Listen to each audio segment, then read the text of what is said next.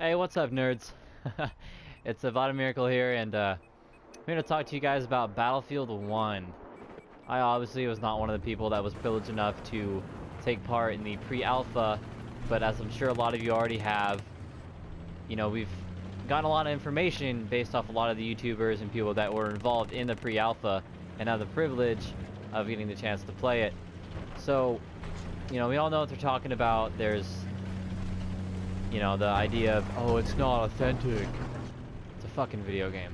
But anyways, you know, it's not realistic. Yeah, it's a fucking video game.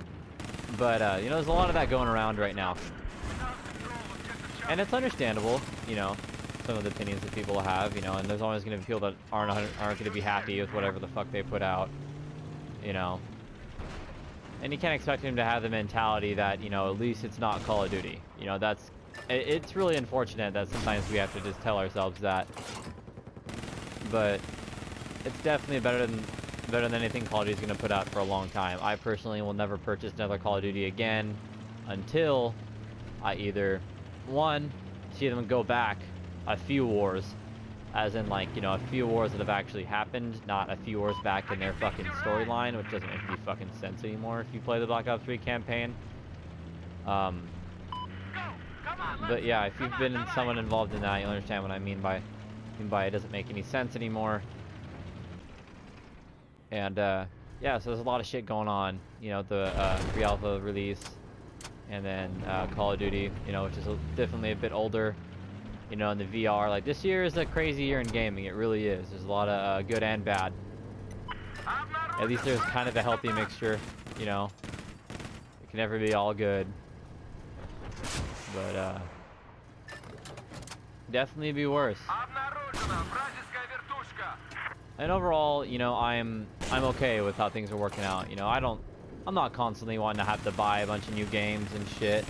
You know, I'm not really interested in that. So in reality, if I can get a few less games that I have to purchase, the better. You know, I don't want to have to spend all my money because there's so many good games coming out. You know, I'd like to space it out a bit so I do have that money and that ability to spend it on these games. It's a healthy mixture of, you know, new and old. And wow, holy shit, I actually got that guy. I bet he's fucking pissed. I lose my mind. Definitely would have stopped the video right there if I was in his position. But, you know, it's just, there's definitely a lot going on, and a lot of opinions flaring up, people getting angry, people getting excited, you know. And there's people that are actually, you know, patting Call of Duty on the back for what they're doing, even though they've, in reality, kind of just been telling us, fuck you, on what we've been asking for. You know, we've been pleading for a few years now for something, you know, to go back instead of keep making these steps towards Halo.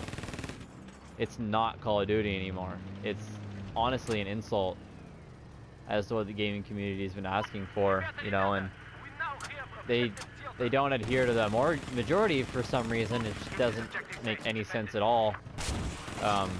They're adhering to the minority, and yeah, I mean, in other instances that may be a good idea if the majority was full of fucking retards, but fortunately, you know, for them at least, that's not true at all.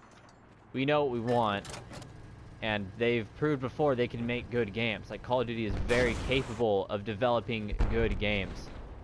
And it's just sad that they have to go back to a game that's old just to, you know, bait people into buying the new game. You know, and don't lie to yourself. You know that's why they had to do that. It has everything to do with that. They know that a lot of people wouldn't buy the game. A lot of people, like even GameStop. I've been to GameStop and I was talking to them about it, and they even said to me that, oh, just buy the new Call of Duty game, the deluxe edition, and sell us back the other game. You know, download Modern Warfare, and then give us back Infinite Warfare. Boom. You know, it's just... But I can't do that because regardless, I'm still giving Call of Duty money, and that in and of itself is telling them, keep doing what you're doing. And that is literally the opposite of what I want them to think. I will not pay into that. We're not doing, you know, we're not doing them any favors. I'm not doing myself any favors if I want them to someday make games that are actually, you know, half fucking decent. You know, and that's just not gonna, that's not the right message to send. If that's what I want. So I won't buy it. Even if I really want Modern Warfare, I won't buy it unless they sell it, you know, by itself on its own. You know, I would pay 50 bucks for that game max. I wouldn't pay a full $60. It's an old game, and remasters are never like 100% better. It's not gonna come out looking like the games that are coming out now. It won't look like that. I've never seen a remaster that has. It looks similar, but it's never exactly that. It's never completely up to date. Why? I'm not sure. I'm sure there's a reason, but it just isn't. So I don't think it'd be worth full $60.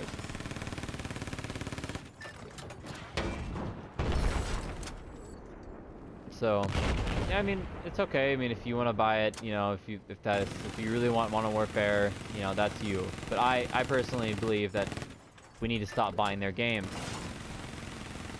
So, I mean, you can handle it any way you like.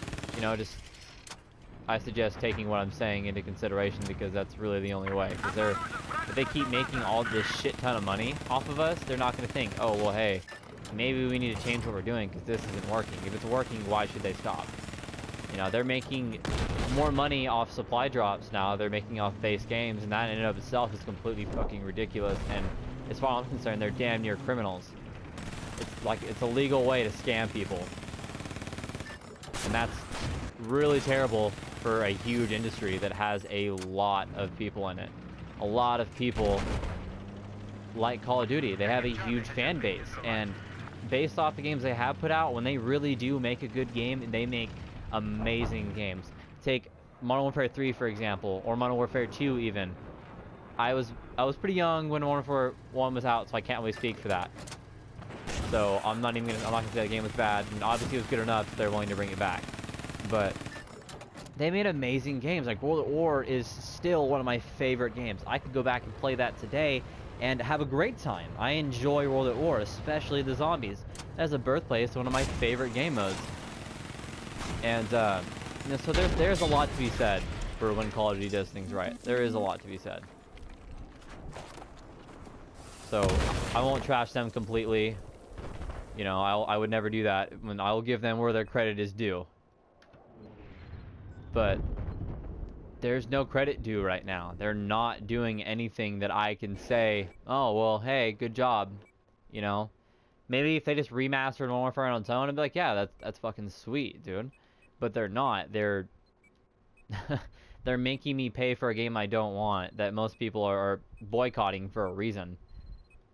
And that, it really doesn't make me feel confident in them. Like, that doesn't make me proud. Like, doesn't make me happy and you know, it sends the wrong message. It sends a terrible message. So, disagree, that's fine, you know, and if you like what they're doing, it's whatever, but I don't know, it's upsetting. But that's all I have to say for today, guys. You know, thanks for coming and watching, and see you next time.